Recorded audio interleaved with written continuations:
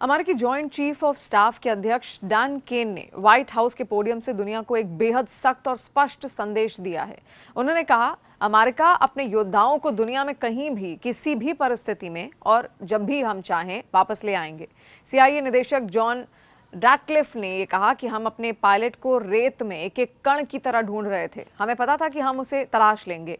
CIA निदेशक John Ratcliffe ने सोमवार को व्हाइट हाउस में खुलासा किया कि ईरान में गिरे विमान के चालक दल के सदस्य को ढूंढना रेगिस्तान में रेत के एक दाने को खोजने जैसा चुनौतीपूर्ण था।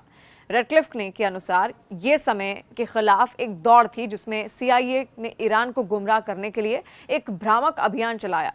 शनिवार सुबह ह्यूमन और टेक्निकल एसेट्स के जरिए पुष्टि हुई कि जवान जीवित है और एक पहाड़ी की दरार में छिपा हुआ है। इसके बाद राष्ट्रपति ट्रंप के आदेश पर नो फेल रेस्क्यू मिशन शुरू किया गया। रैटक्लिफ ने गर्व से कहा कि अमेरिकी सेना की परंपरा है कि वो अपने किसी भी साथी को पीछे नहीं छोड़ते। डैन केन ने कहा कि किसी भी रेस्क्यू ऑपरेशन में सबसे जरूरी होता है कि जो पायलट गिरा है उसके अंदर जूझने की क्षमता कितनी है, उसके अंदर जिंदा रहने की इच्छा, वापस आने की इच्छा, यानी सब कुछ उसी पर निर्भर होता है। इस मामले में हमें अपने पायलट से इसकी अटूट प्रतिबद्धता दिखी, इसी वजह से हम सफल हो पाए। केन ने बताया कि बचाव अभियान के शुरुआती घंटों में एक अमेरिकी A-10 विमान पहले गिरे हुए पायलट की तलाश कर रहा था।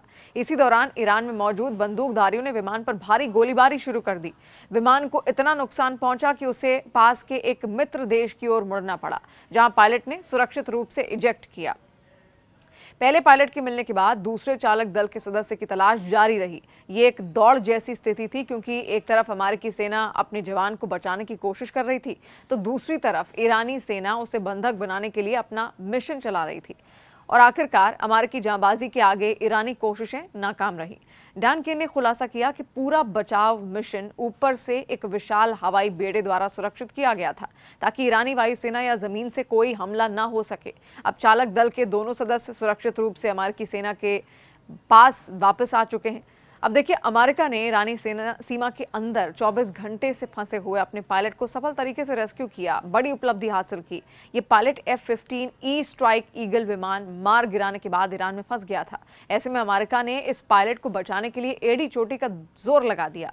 इस मिशन में अमेरिका और इजरायल के इलीट कमांडोज फोर्सेस, इसके अलावा स्पेशल ऑपरेशन विमानों और हेलीकॉप्टरों का इस्तेमाल किया गया था। बाद में अमेरिका ने ये बताया कि उसका पायलट अपनी ट्रेनिंग, इलाके की समझ और अपने पक्के अनुशासन के भरोसे दुश्मन के इलाके के अंदर एक दिन से ज्यादा समय तक जिंदा रहा। CNN की रिपोर्ट के मुताबिक ये बताया गया कि एमान वेपन सिस्टम ऑफिसर था। F-15E स्ट्राइक ईगल विमान के पायलट को पहले से ही रेस्क्यू कर लिया गया था।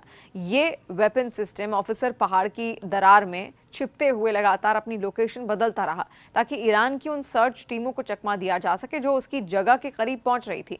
इस अमेरिकी पायलट के पास सीमित सामान था जिसमें एक पिस्टल थी, एक कम्युनिकेशन डिवाइस और एक ट्रैकिंग बीकन शामिल था।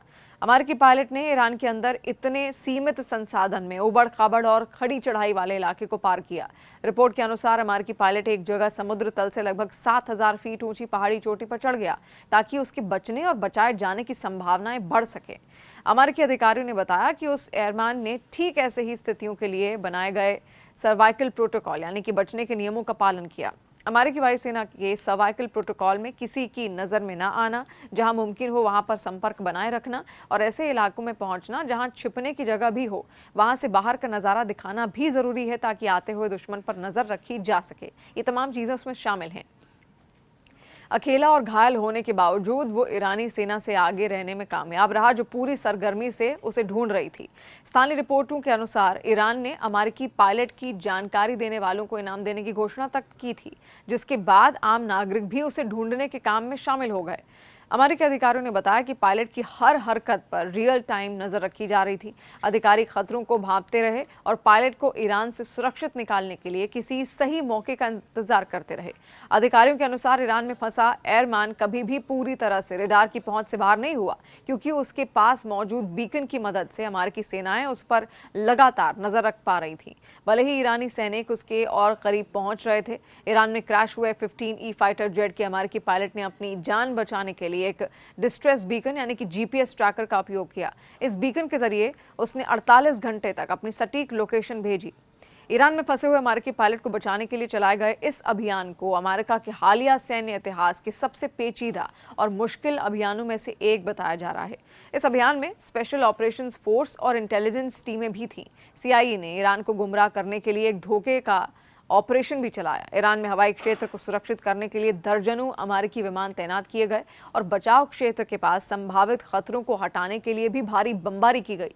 इसके बाद अमेरिकी कमांडो पायलट की मौजूदगी वाले इलाके में घुसे और उसकी चोटों का इलाज कर सुरक्षित रेस्क्यू किया गया।